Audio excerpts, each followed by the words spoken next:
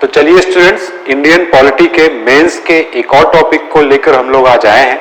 Topic बहुत ही important है और उतना ही इंटरेस्टिंग है। टॉपिक का नाम है संघवाद। ठीक है, अब देखते हैं हम लोग संघवाद होता क्या है, क्या विशेषताएं हैं। थोड़ा सा इसका इंट्रोडक्शन देखेंगे आज। देखिए, संघवाद को इंग्लिश में क्या बोला जाता है? फेडरलिज्म। फेडरलिज्म जो शब्द है ये अंग्रेजी भाषा का शब्द है। ये फोइडस शब्द जो लैटिन भाषा का शब्द है उससे बना है फेडरलिज्म। और लैटिन भाषा के शब्द फोइडस का अर्थ होता है संधि या समझौता। तो इस अर्थ से क्या परिभाषा बन सकती है? विभिन्न स्वतंत्र राज्यों के बीच संधि द्वारा निर्मित शासन व्यवस्था। ठीक, ये हो जाएगा क्या? व्यवस्था संघ कहलाती है। ठीक, टॉपिक है अपना संघवाद। तो संघवाद की परिभाषा वो भी लगभग ऐसी ही आ रही है। संघवाद सरकार का वह स्वरूप है जिसमें शक्ति का विभाजन केंद्र व राज्य सरकारों के मध्य होता है। जैसे हम लोग बात करेंगे भारतीय संघ, अमेरिकी संघ, है ना, ये दोनों ही देश जो हैं ये संघवाद के उदाहरण हैं।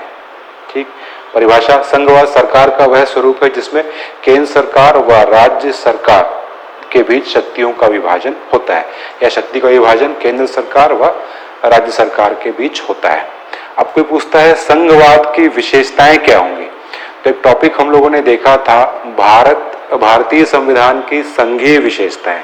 तो जो संघ की विशेषताएं होती हैं सारी की सारी वही तो संघवाद की विशेषताएं होंगी। ये देखिए, ये लिखी है संघवाद की विशेषताएं। पहला क्या है? शक्ति विभाजन। किसके द्वारा? संविधान के द्वारा। संविधान द्वारा शक्ति विभाजन किसके किसके बीच में? केंद्र सरकार व राज्य सरकार के बीच में शक्तियों का विभाजन हो जाएगा। फिर अगली चीज, संविधान जो है वो कठोर होना चाहिए। क्यों? क्योंकि शक्तियों का विभाजन संविधान द्वारा ही तो हुआ है केंद्र और राज्य सरकारों में। अगर संविधान ही कठोर नहीं होगा तो केंद्र सरकार, जैसे कि भारत में संसद, संविधान में संशोधन कर सकती है और संशोधन करके राज्य की पूरी शक्तियों का अतिक्रमण कर लेगी या कर सकती है। तो अगर राज्य की शक्तियों का अतिक्रमण कर लिया केंद्र द्वारा तो फिर काहे का संघवाद? क्योंकि पहली विशेषता तो यही है। तो इस विशेषता को जारी रखने के लिए संविधान का कठोर होना आवश्यक है। कठोर संविधान का मतलब क्या? जो बताया अभी, यानी कि इसमें संशोधन करना कठिन हो या कठिन प्रक्रिया के अंतर्गत ही संशोधन किया जा सके। फिर अगली चीज, संविधान की सर्वोच्चता, यानी संविधान सर्वोच्च होना चाहिए। देश की सारी इकाइयां, सारी संस्थाएं संविधान द्वारा ही संचालित होना चाहिए। कोई भी ऐसा कानून जो सरकार द्वारा बनाया जाता है वो संविधान की अवहेलना नहीं कर सकता। क्यों? क्योंकि संविधान सर्वोच्च है, या इसी को कहते हैं कि संविधान देश का सर्वोच्च कानून है। इससे बड़ा कानून कोई नहीं होगा। अगली चीज, लिखित संविधान। लिखित, अब चूंकि यहाँ पे बोला गया है कठोर संविधान, तो लिखित व अलिखित संविधानों में लिखित संविधान ज्यादा कठोर होता है। उसको संशोधित करने की प्रक्रिया सामान्य तौर पे ज्यादा कठिन होगी, इसलिए लिखित संविधान होना चाहिए। और लास्ट है द्विसदनीय व्यवस्था। द्विसदनीय व्यवस्था जैसे भारत में है, 2 सदन है। कौन कौन से सदन है? एक निम्न सदन है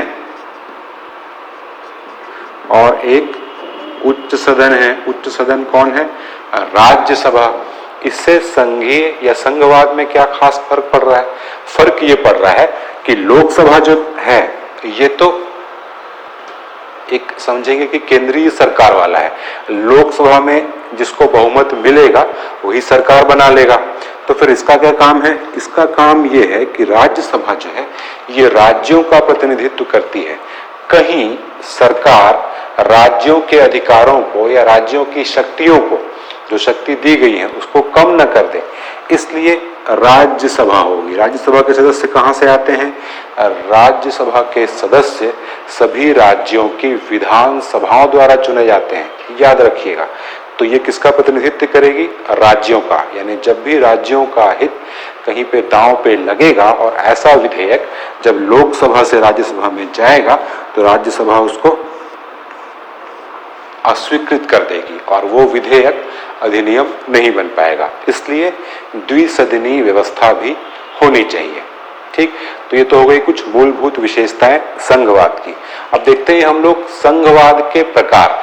तो संघवाद के बेसिकली दो ही प्रकार होंगे, एक सहकारी संघवाद और दूसरा प्रतिस्पर्धी संघवाद।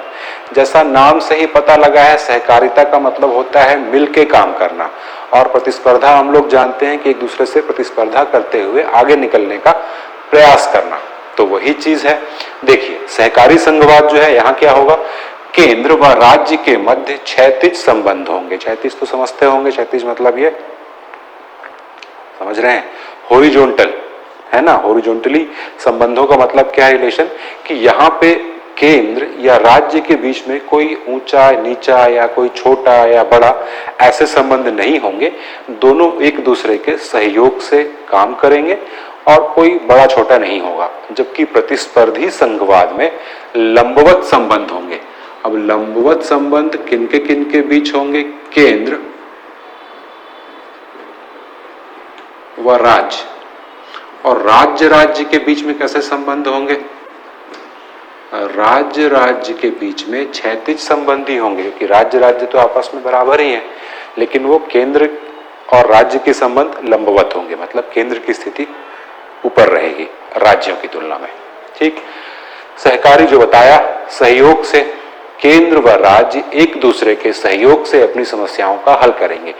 जबकि यहाँ प्रतिस्पर्धा होगी, क्योंकि नाम ही है प्रतिस्पर्धी संघवाद। किनके बीच में प्रतिस्पर्धा, राज्यों के बीच में तो हो ही रही है, बल्कि केंद्र और राज्यों के बीच में भी प्रतिस्पर्धा होगी। अगली चीज, राष्ट्रीय नीतियों के संदर्भ में राज्यों की भागीदारी सुनिश्चित करने का उपकरण है कौन, सहकारी संघवाद। राष्ट्रीय नीतियों के निर्माण में, राष्ट्रीय नीतियों के कार्यान्वयन में राज्यों की भागीदारी सुनिश्चित की जाए, इसलिए सहकारी संघवाद का ये जो अवधारणा है ये लाई गई है। जैसे भारत में देखेंगे तो केंद्र बहुत सारी योजनाएं बना रहा है, जैसे आयुष्मान योजना मान लीजिए, तो सभी राज्यों में भी इसको लागू करना है। तो राज्यों का सहयोग प्राप्त करने के लिए, उनके भागीदारी सुनिश्चित करने के लिए सहकारी संघवाद जो है ये उपकरण लाया गया है, या इसमें ये सहायक होता है जब राज्यों को सहयोग प्राप्त करना होता है राज्यों से केंद्र को। और प्रतिस्पर्धी संघवाद जो है, यहाँ पे क्या होगा, यहाँ पे तो राज्य जो है ये धन व निवेश आकर्षित करने के लिए परस्पर प्रतिस्पर्धा करते हैं। ठीक है, अब अगला देखिए, भारतीय संघ को ग्रैनविले ऑस्टिन ने सहकारी संघवाद कहा है। सहकारी संघवाद आपका मेंस में कई बार, मतलब अलग अलग स्टेट्स की मेंस की परीक्षाओं में सहकारी संघवाद से क्वेश्चन बने हैं, तो याद रखिएगा सहकारी संघवाद ये पूरा है।